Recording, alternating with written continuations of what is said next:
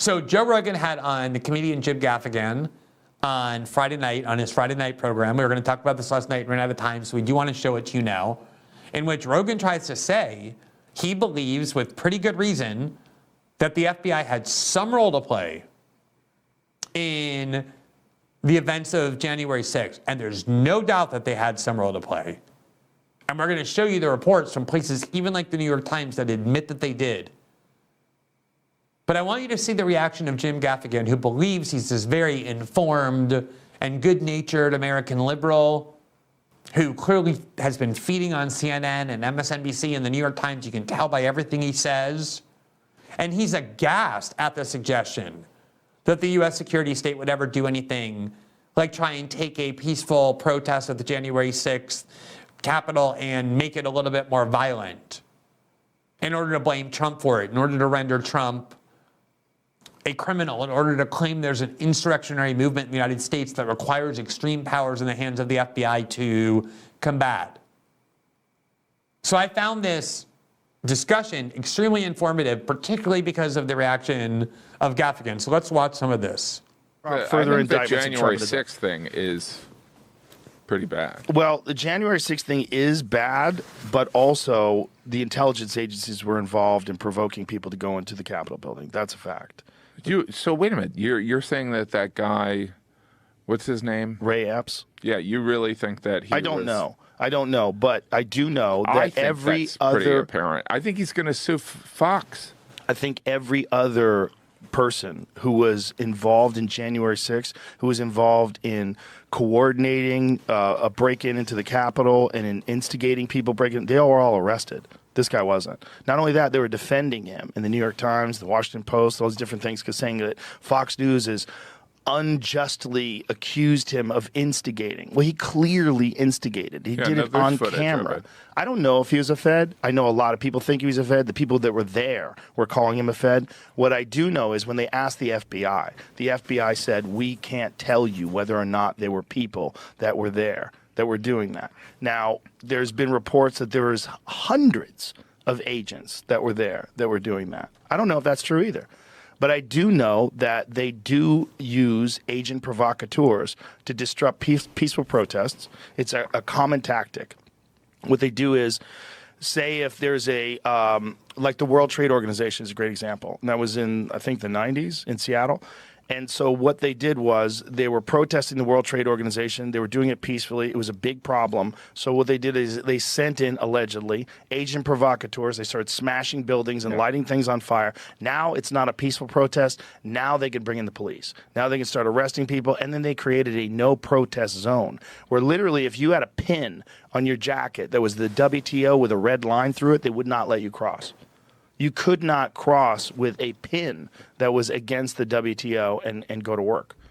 There was a no protest zone. So they silenced protest, which is a part of our freedom of speech. So this is a tactic that some government agencies use to stop but peaceful wait a minute. protest. All right, so what you're saying is on January 6th. So Joe Rogan just sat there and spent 3 minutes correctly, and I mean only partially, explaining what the FBI has been doing in this country for decades.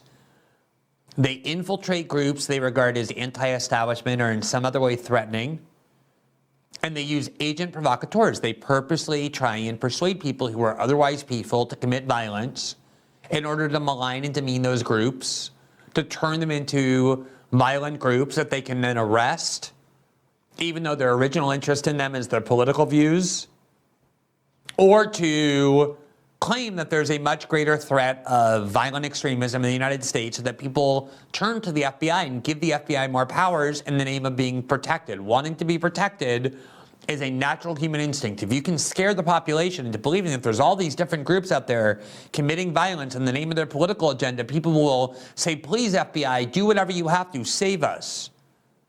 And one way they accomplish that is by infiltrating these groups, which we know they have done. There has been ample reporting on it. I've done a lot of the reporting.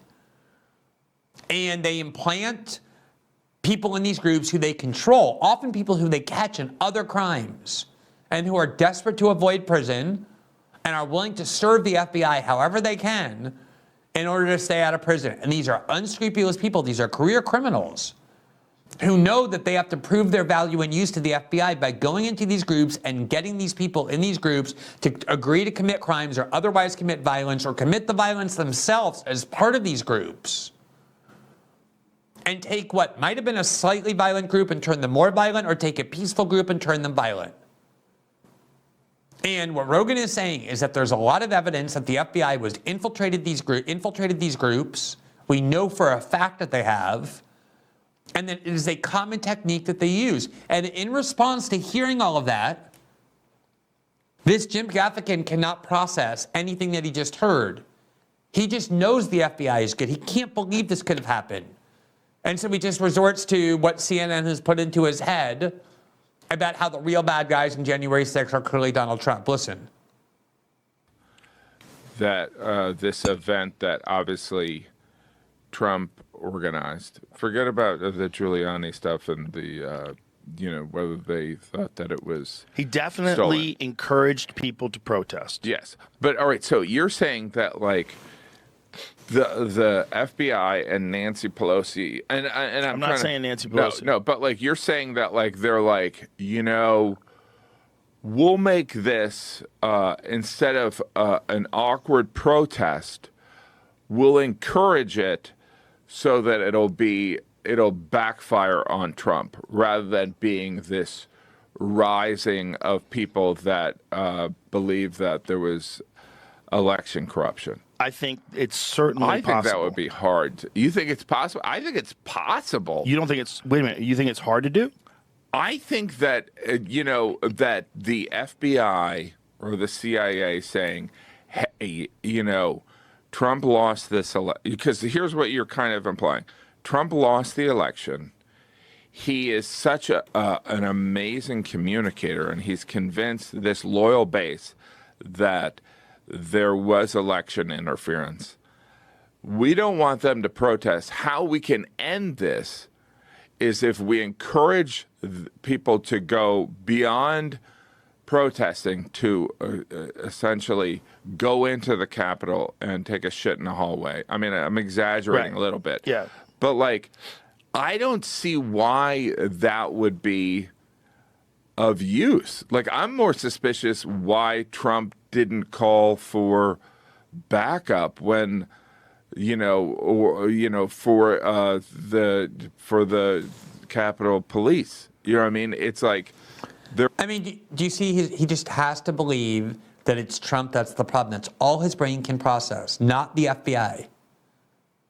Now, in addition to the reason Joe Rogan gave, which is that you would want to take these groups and turn them into violent groups so that you can crush them and arrest them, which is something you can't do if you only hate them because of their political views, something the FBI has done continuously. The bigger reason that's not part of this discussion about why the FBI would have a motive to do this is because even before January 6th, the Biden administration's priority, and this has been reported in the Wall Street Journal, they have talked about this openly, was to have as their priority a domestic war on terror, targeting domestic extremists. Remember, the position of the U.S. security state under the Biden administration, and even before, was that the number one threat to American national security is not ISIS or Al-Qaeda or Russia or Iran or North Korea or China or any other foreign threat. It is American extremists.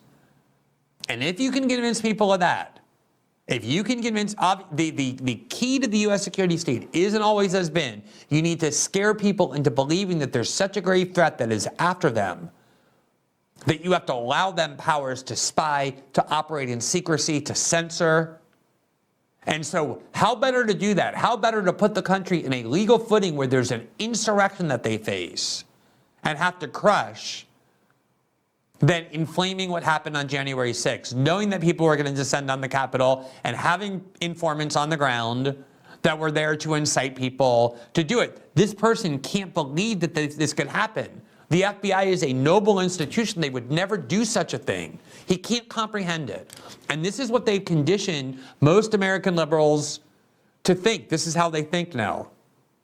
You can see it in the polling data. I've shown it to you before. Overwhelmingly, Democrats hold the CIA, FBI, and Homeland Security in very high regard. They trust those institutions because those institutions have said, we are on your side in fighting domestic extremists. And this is a perfect liberal cartoon, a caricature. Maybe he used to be an interesting commentator. I don't know. Some people seem to be some people don't seem to like him.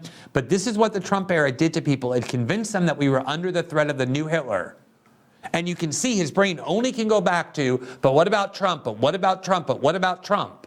As of the FBI, the CIA, and Homeland Security and NSA have never been a meaningful threat in the United States before.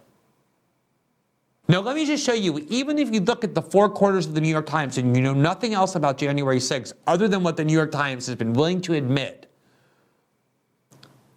let me show you what they have admitted about January 6th and the FBI. Here is an article, let's pull that up, from November of 2022. The headline is, listen to this headline, FBI had informants in the Proud Boys, court papers suggest. In filings in the seditious conspiracy case against members of the far-right group, defense lawyers claimed that information favorable to their clients was improperly withheld by the government until recently. Now, according to the FBI, according to the U.S. government, there were three groups primarily responsible for organizing the January 6th protest, and they ended up being accused of and convicted of sedition against the United States: the Proud Boys, the Oath Keepers, and the 3 Percenters.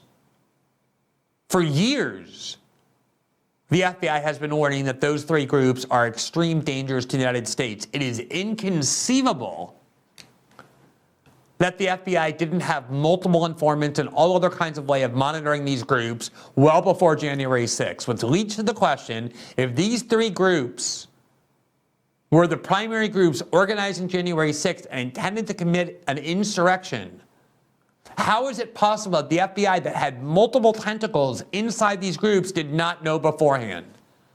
That is impossible.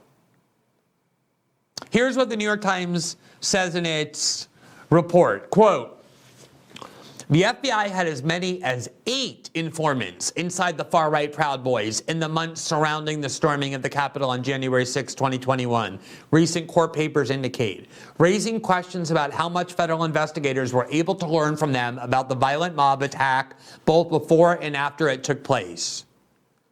Here's an article from 5 months earlier in the New York Times, September of 2021, entitled, Among Those Who Marched into the Capitol on January 6th, an FBI informant.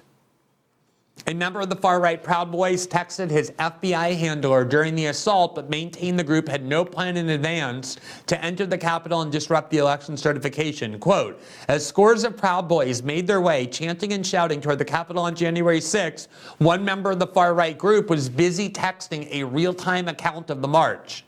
The recipient was his FBI handler. In the middle of an unfolding melee that shook a pillar of American democracy, the peaceful transfer of power, the Bureau had an informant in the crowd, providing an inside glimpse of the action, according to confidential records obtained by the New York Times. In the informant's version of events, the Proud Boys, famous for their street fights, were largely following a pro-Trump mob consumed by a herd mentality rather than carrying out any type of pre-planned attack. Now, one of two things has to be true. Either the Proud Boys, the Oath Keepers, and the 3 Percenters set out to plan a well-thought-through, premeditated insurrection and sedition campaign, which is what they've been accused and convicted of doing, in which case, how is it possible that the FBI, with all of its tentacles in these groups, spying on these groups, with informants in them, could not have known in advance about those plans? Or this FBI informant is telling the truth and it was just a spontaneous kind of joining of mob mentality and there was no pre-planned use of violence, in which case, how is this an insurrection or sedition? They're completely contradictory, but if you look just at the New York Times, let alone independent media or more honest media, you will see the evidence that the FBI had its hooks in all of these groups. And the fact that we know for certain that the FBI regularly and routinely uses these tactics has been demonstrated for many years. Thanks for watching this clip from System Update, our live show that airs every Monday through Friday at 7 p.m. Eastern, exclusively on Rumble. You can catch the full nightly shows live or view the backlog of episodes for free on our Rumble page. You can also find full episodes the morning after they air across all major podcasting platforms, including Spotify and Apple. All the information you need is linked below. We hope to see you there.